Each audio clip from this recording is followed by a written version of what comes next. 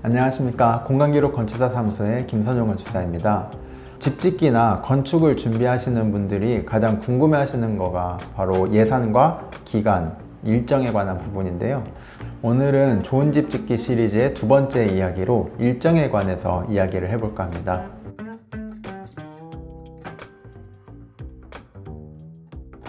건축 과정을 좀 세분화해 보자면 설계, 인허가, 착공, 그리고 시공, 그리고 준공, 이렇게 5가지로 나눌 수 있는데요. 먼저 설계 과정을 살펴보면 시공하는 기간만큼 설계 기간을 가지는 게 좀 맞다고 생각합니다.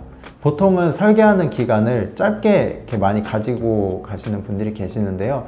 보통 이제 이렇게 설계하는 기간이 짧다 보면 아무래도 시공하는 과정에서나 또는 입주하고 나셔서 조금 후회스러운 부분들이 좀 생기기 마련이에요. 시공할 때 설계 변경이 또 이루어진다든지 이렇게 되면 또 예산 낭비로 이어질 수가 있고 하기 때문에 설계 과정에서 좀 꼼꼼하게 시간을 좀 두시고 설계를 하는 것을 추천드립니다.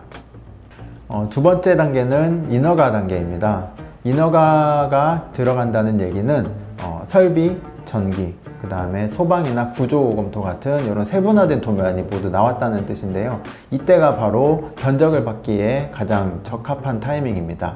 그래서 허가 기간은 보통 접수한 날로부터 한 달 정도를 잡아주시는 게 가장 일반적이고요. 이거는 이제 허가권자의 상황에 따라서 더 짧아지거나 길어질 수도 있습니다. 허가가 떨어지면 착공 신고 단계로 넘어가게 되는데요. 기존에 받으셨던 견적들을 비교해 보시고 시공업체를 선정하시는 단계입니다. 착공 신고까지 마치셨으면 시공 단계로 넘어가게 됩니다.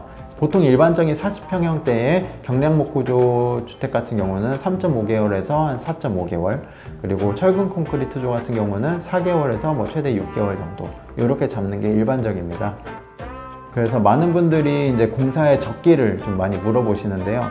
제가 생각하는 최적기는 2월 말에 시작을 해서 장마 전에 끝내는 부분, 또는 장마까지 가더라도 내부 마감 공사를 끝내는 부분이 가장 첫 번째 포인트가 될 수 있을 것 같고요.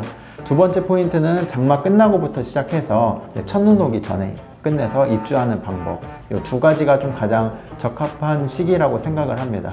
비가 많이 오는 장마철이나 어떤 비 오는 날에 공사를 진행하게 되면 물시멘트비가 달라진다던가, 또는 어떤 목조에 이제 뼈대에 비를 맞게 되는 경우가 또 발생하는 경우가 많이 생기거든요. 그래서 되도록이면 장마철을 좀 피해서 그 전이나 후로 이렇게 공사를 날짜를 잡는 게 좀 유리합니다. 이제 시공이 끝나게 되면 이제 시공사에서 서류를 취합을 해서 이제 준공, 사용 승인을 이제 취득하게 되는데요. 이 기간도 보통은 한 달 정도를 잡아주시고요. 시간들을 조금이라도 줄여서 앞당겨서 입주를 하시고 싶으신 마음에 어떤 설계 기간이나 시공 기간들을 좀 줄여달라고 말씀하시는 분들이 계세요.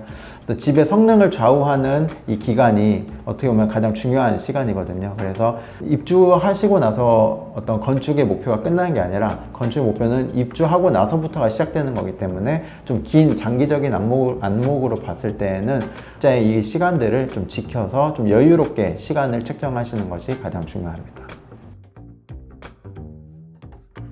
오늘은 간단하게 건축 프로세스와 일정에 대해서 좀 알아봤는데요.